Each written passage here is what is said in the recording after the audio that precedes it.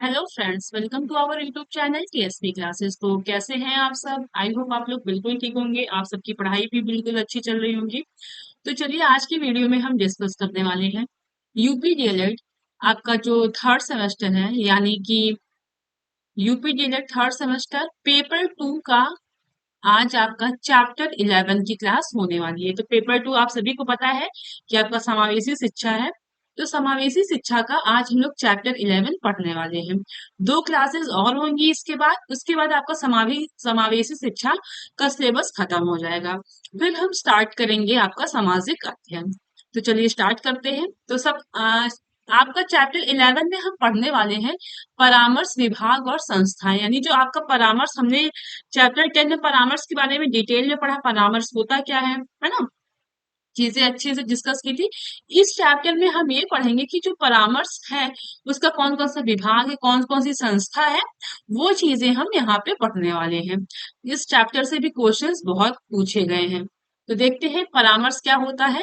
तो परामर्श जो एक व्यक्ति के द्वारा दूसरे व्यक्ति को दी जाती है, ये हमने पिछली भी क्लास में पढ़ा था कि परामर्श क्या होता है।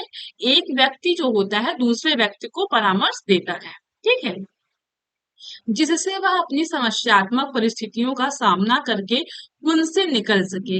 यानी आपका परामर्श क्या होता है, दो लोगों के बीच में ये होता है।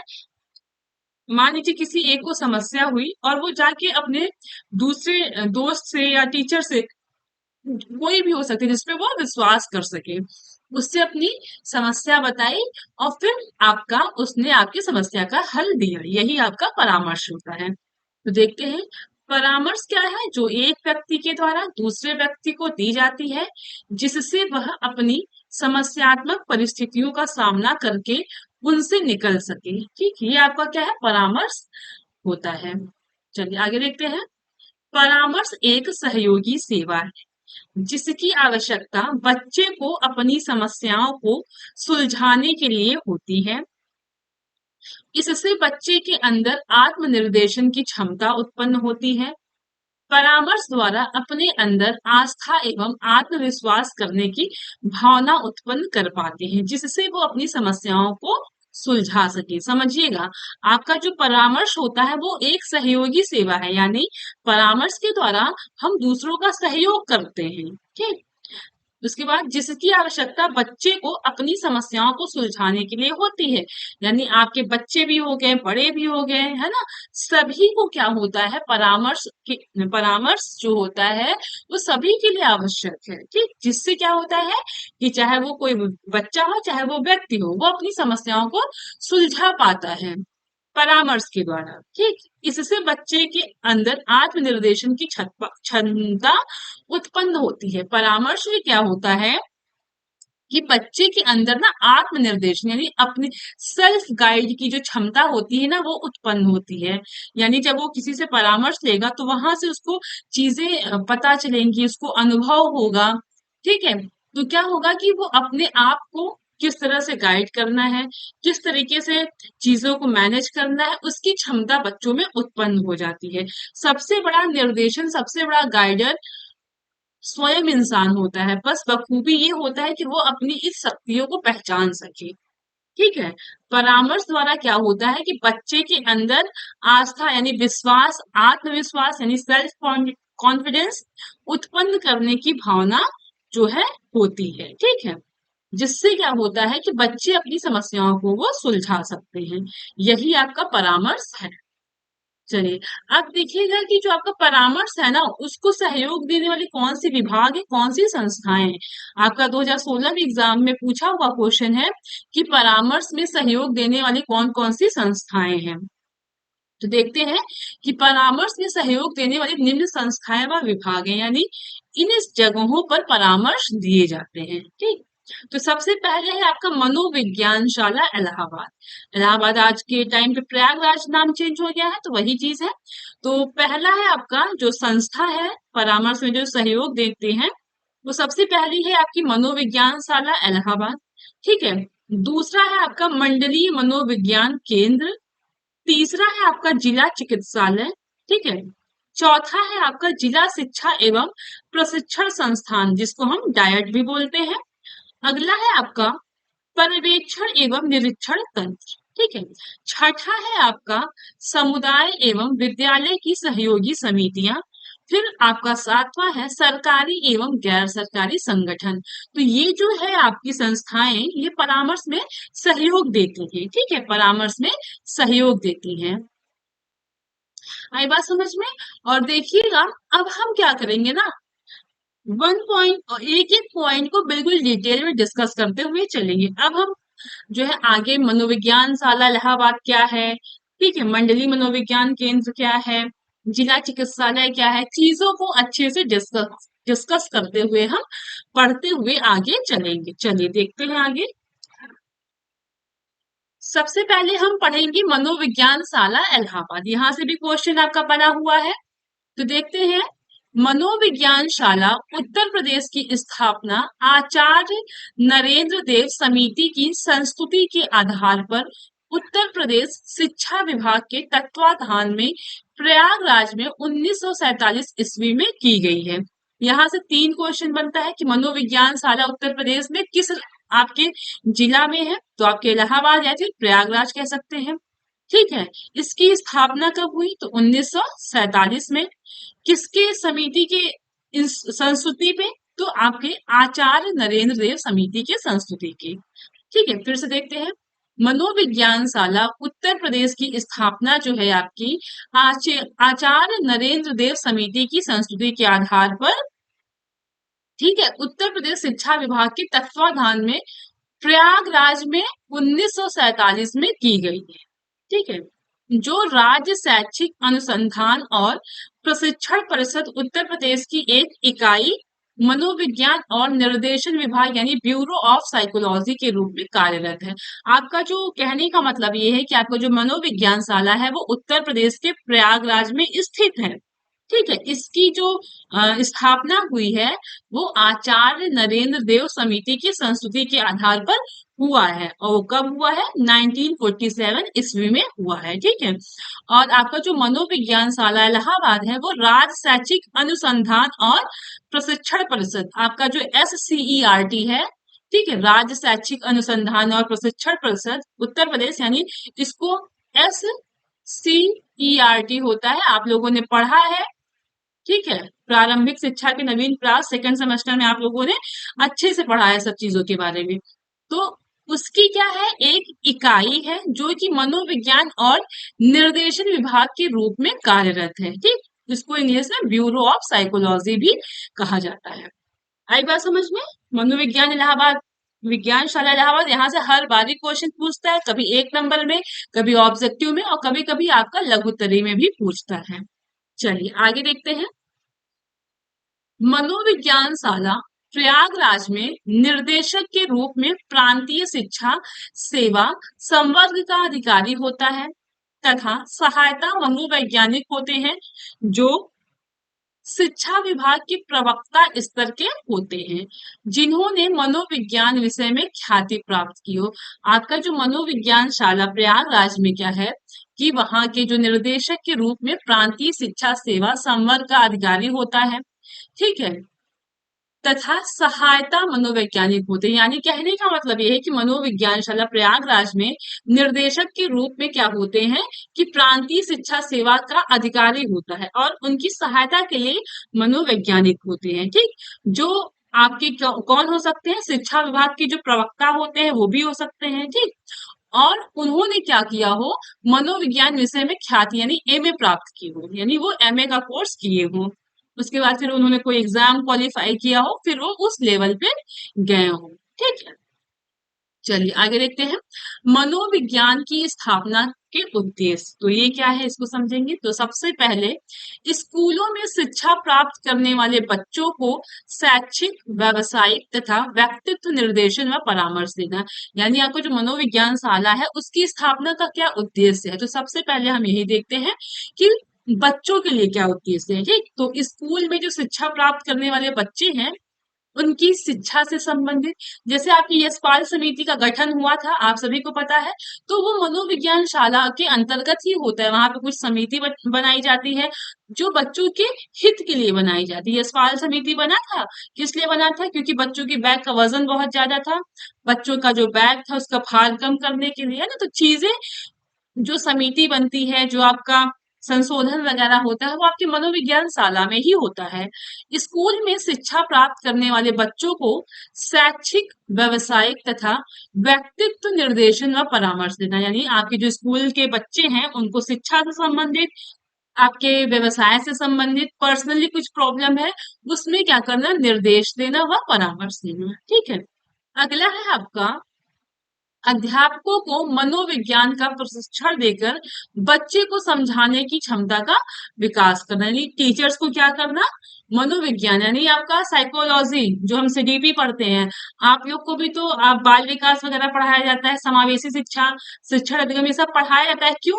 ताकि आप बच्चों को समझ सके, बच्चों को अच्छे से जान सके, ताकि जब उनको पढ़ाएं तो आपको कोई प्रॉब्लम ना हो, है ना। तो उसी प्रकार से टीचर को भी क्या होता है, मनोविज्ञान का प्रशिक्षण दिया जाता है, ट्रेनिंग दिया जाता है, ताकि वो बच्चों को समझाने की क्षमता का विकास कर पाए। ठीक।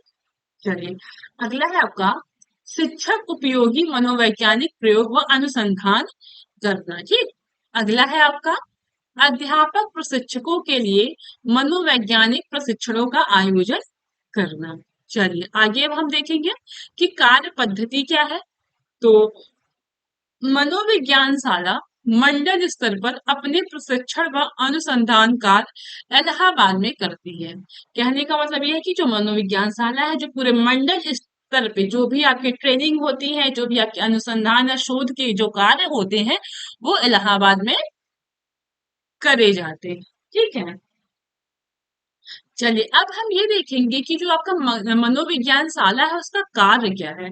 तो सबसे पहले कार्य है आपका निर्देशन का। क्या है आपका? निर्देशन का। तो निर्देशन निम्न प्रकार से होता है। निर्देशन कौन कौन सा होता है? शैक्षिक निर्देशन, यानी शिक्षा में निर्देश। ठीक। व्यक्तित्व, पर्सनली कोई निर्देश देना है। बाल निर्देशन, यानी 10 वर्ष से जो कम आयु के बच्चे हैं उनको निर्देश। व्यवसायिक निर्देशन, 12 क्लास के बाद जो बच्चे पास हो जाते हैं उनको किस क्षेत्र में जाना है, किस फील्ड में जाना है, किस सब्जेक्ट को चूज करना है, उसमें निर्देश कर। ठीक। ये आपका मनोविज्ञान शाला का कार्य है। अब दूसरा कार्य है प्रशिक्षण। ठीक है।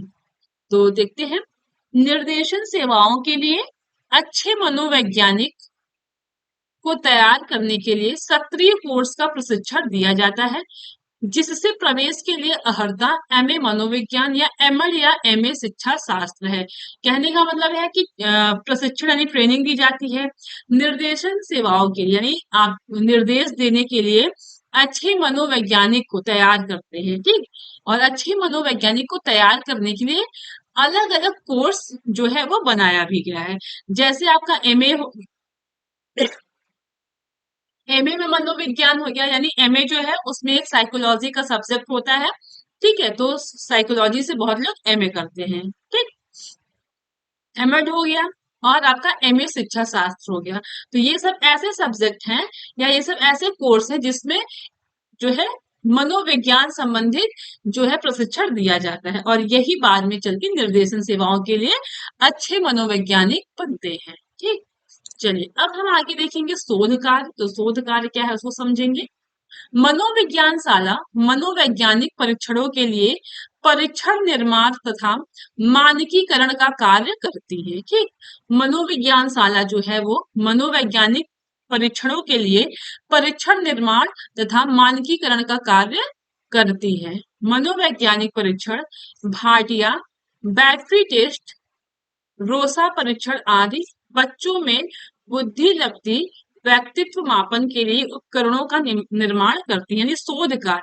जो मनोविज्ञान शाला के मनोवैज्ञानिक है ना, परीक्षणों के लिए क्या करते हैं कि शोध करते हैं। ठीक। अनुसंधान करते हैं। तो उसमें क्या है, जैसे आपका भाटिया बैटरी टेस्ट हो गया, रोसा परीक्षण हो गया, ये सब जो होता है बच्चों की बुद्धि लब्धि मापने के लिए, है ना, व्यक्तित्व मापने के लिए आपका उपकरण का निर्माण करते हैं, यानी ये शोध करते हैं, अनुसंधान करते हैं।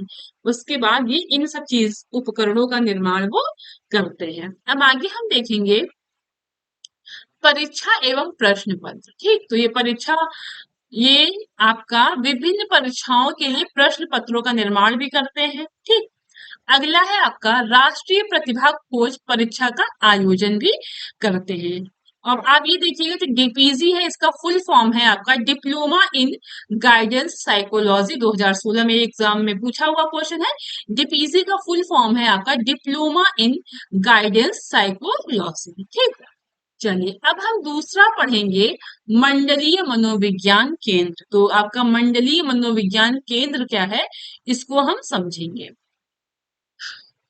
उत्तर प्रदेश में मनोवैज्ञानिक सेवाएं उपलब्ध कराने के लिए प्रदेश के 10 मंडलों में मंडलीय मनोवैज्ञानिक केंद्रों की स्थापना की गई।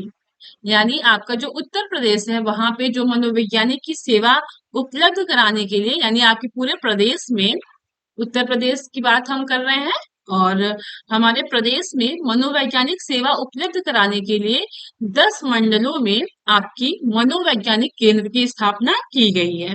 तो उसमें से आपके कौन कौन से हैं? मेरठ हो गया, बरेली, झांसी, कानपुर, वाराणसी, गोरखपुर, फैजाबाद, मुरादाबाद तथा उत्तराखंड के 2 मंडलों में खोल रखा है। कहने का मतलब ये है, आपके हर एक मंडल में मनोवैज्ञानिक शाला या मनोवैज्ञानिक केंद्र खुले हुए हैं। ठीक, तो ये अब हालांकि अब जो है उत्तराखंड हमारे यूपी से कट के अलग हो गया है, बट यहाँ पे उत्तराखंड में 2 मंडल में खोल रखा हुआ है आपका मंडलीय मनोविज्ञान केंद्र। यहाँ से एग्जाम में पूछा हुआ है 1 नंबर में कि मंडलीय मनोविज्ञान केंद्र कहाँ स्थित है। तो मेरठ में भी है, बरेली में भी है, झांसी में भी है, कानपुर, वाराणसी, गोरखपुर, फैजाबाद, मुरादाबाद तथा उत्तराखंड में भी जो है स्थित है। ठीक, आगे देखते हैं। राज्य के कुछ जनपदों में राजकीय इंटर कॉलेज भी मनोवैज्ञानिक सेवाएं प्रदान करती है। यानी आपके जो राज्य हैं वहां पे जो आपके गवर्नमेंट कॉलेज है ना, गवर्नमेंट इंटर कॉलेज है, वहां पे भी मनोवैज्ञानिक सेवाएं प्रदान करते हैं। अब हम पढ़ेंगे जिला चिकित्सालय के बारे में, तो समझिएगा। सरकार ने प्रत्येक जिला में जिला चिकित्सालय की स्थापना की है। ये चिकित्सालय समय समय पर बच्चों की विशिष्ट बीमारियों का इलाज करके उन्हें एक अच्छा जीवन व्यतीत करने का परामर्श देते हैं। सभी जिला में क्या होता है कि जिला चिकित्सालय होता है, वो सरकार के द्वारा खोला गया जो है चिकित्सालय यानी हॉस्पिटल होता है।